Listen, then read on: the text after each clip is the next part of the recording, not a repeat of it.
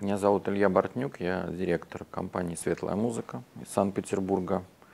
Мы занимаемся организацией концертов, фестивалей, также у нас есть образовательная программа.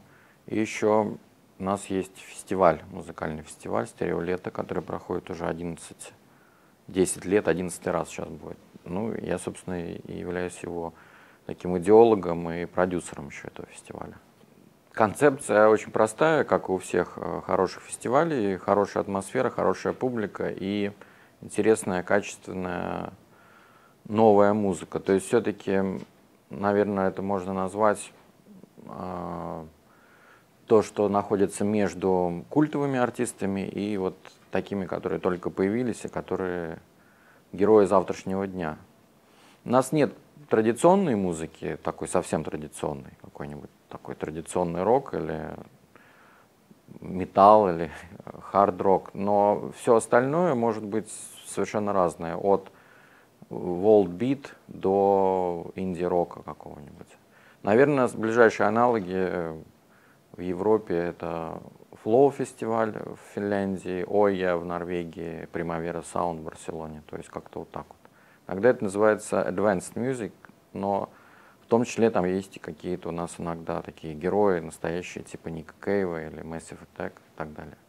Нет, ну понятно, что у любого фестиваля должен быть хедлайнер или условно хедлайнер или какие-то группы, которые известны более-менее. То есть у нас делится так, что вот несколько групп известных, а остальные все совершенно неизвестные, что западные, что русские, мы их как бы открываем для публики. Если говорить о том, какая группа интереснее, западная или русская. В общем, для аудитории важно, чтобы это была хорошая, интересная, качественная музыка. Откуда она, в общем, это не так важно. Но я бы не сказал, что в России прямо уж столько талантов. То есть они есть, но их немного.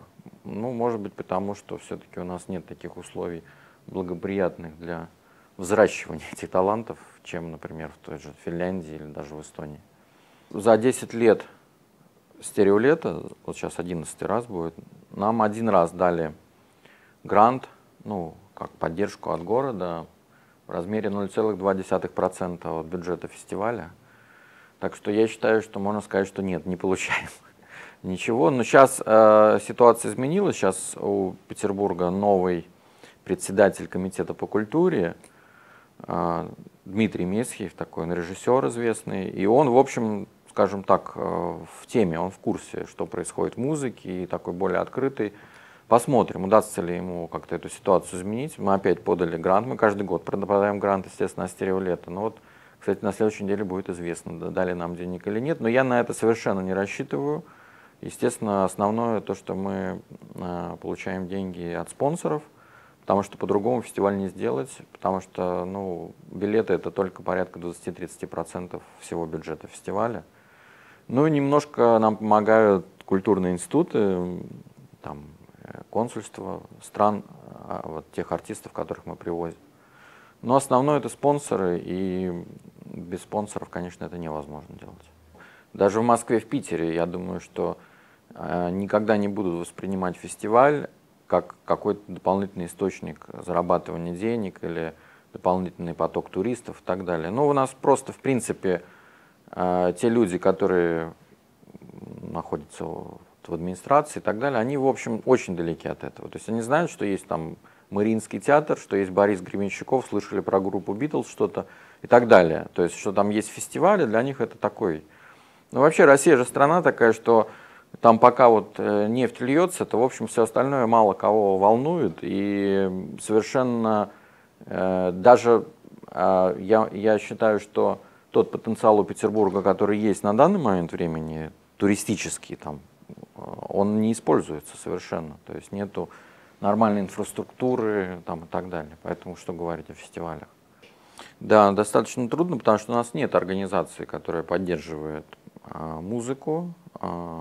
Соответственно, нет организации, которая могла бы там оплачивать дорогу группам куда-то выступить на каких-то фестивалях. Поэтому это редкие случаи, когда фестивали приглашают какие-то русские группы и оплачивают им дорогу и так далее. На самом деле, я бы сказал, что не так много артистов, которые могли бы достойно смотреться на таких фестивалях. Может быть, там у них 5-10, вот как-то так. Именно потому что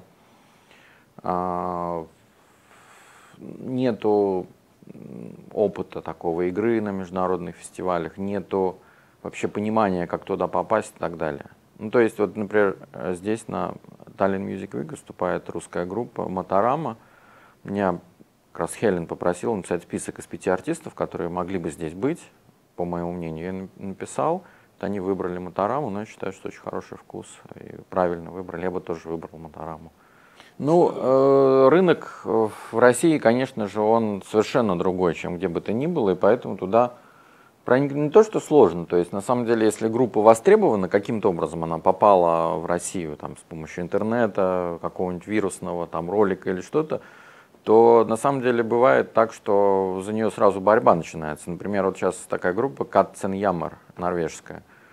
И они еще ни разу не были в России, но уже там, я знаю, что им сделали штук 5 предложений, в том числе мы сделали, и уже такие большие гонорары им предлагают. Так, то есть нельзя сказать, что там группы из Эстонии, из Финляндии или из Норвегии не нужны в России. Все зависит от того, что за музыка, как она вообще попала и так далее, и так далее. Поэтому на самом деле в России достаточно большой рынок. То есть если группа каким-то образом туда попадает, примеров масса, там, типа Defas, немецкая группа, там, группа французы, например, Les Hurlements Leo, ну и так далее.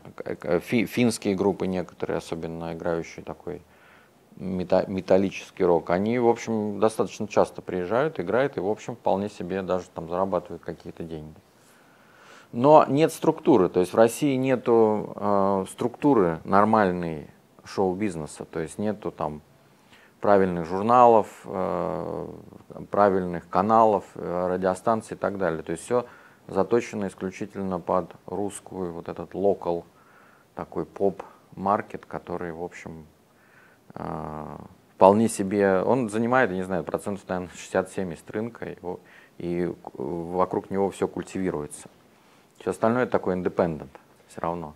Как везде, надо работать с правильными людьми. Если у тебя нормальный партнер, которому ты доверяешь, какая разница, он же занимается какими-то внутренними делами. Понятно, что если иностранная группа там, или компания приезжает в Россию и начинает там работать, конечно, им сложно, потому что они не знают реалий, им сложно привыкнуть к каким-то вещам и так далее. Но всегда находятся какие-то партнеры, и, в общем, я думаю, что нет, в этом плане как раз недоверия нету, кроме того, что, конечно, у нас абсолютно пиратская страна, то есть, как бы, понятно, что в интернете можно найти любую музыку бесплатно и скачать, я не думаю, что ситуация сильно изменится. Но при этом даже тот сегмент, который платный, да, он тоже достаточно большой, на самом деле. Я знаю массу артистов русских, которые, в общем, не являются суперзвездами, но, в общем, что-то с этого зарабатывают.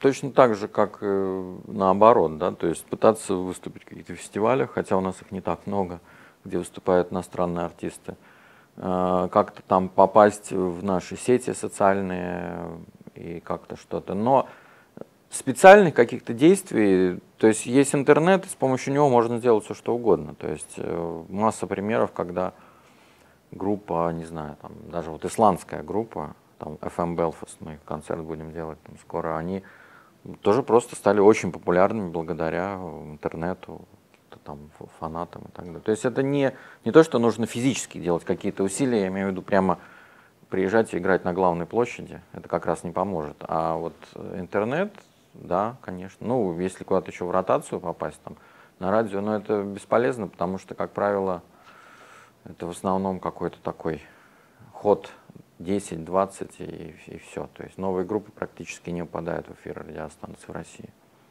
Постоянно. Ну, то есть стараюсь это делать 2-3 раза в год как минимум.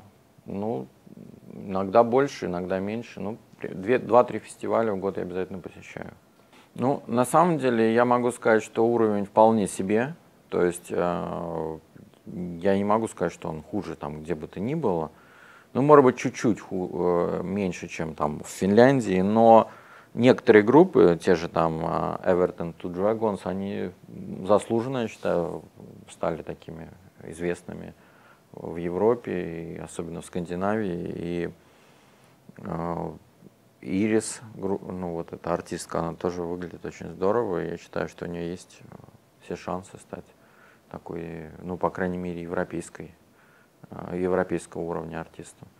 Ну, наверное, как и в России, на самом деле, есть такой момент, что не хватает какой-то такой оригинальности, аутентичности. Ну, кроме вот случаев, когда это уходит в какой-то некий фолк, но это не всегда звучит все равно интересно. То есть вот тут как бы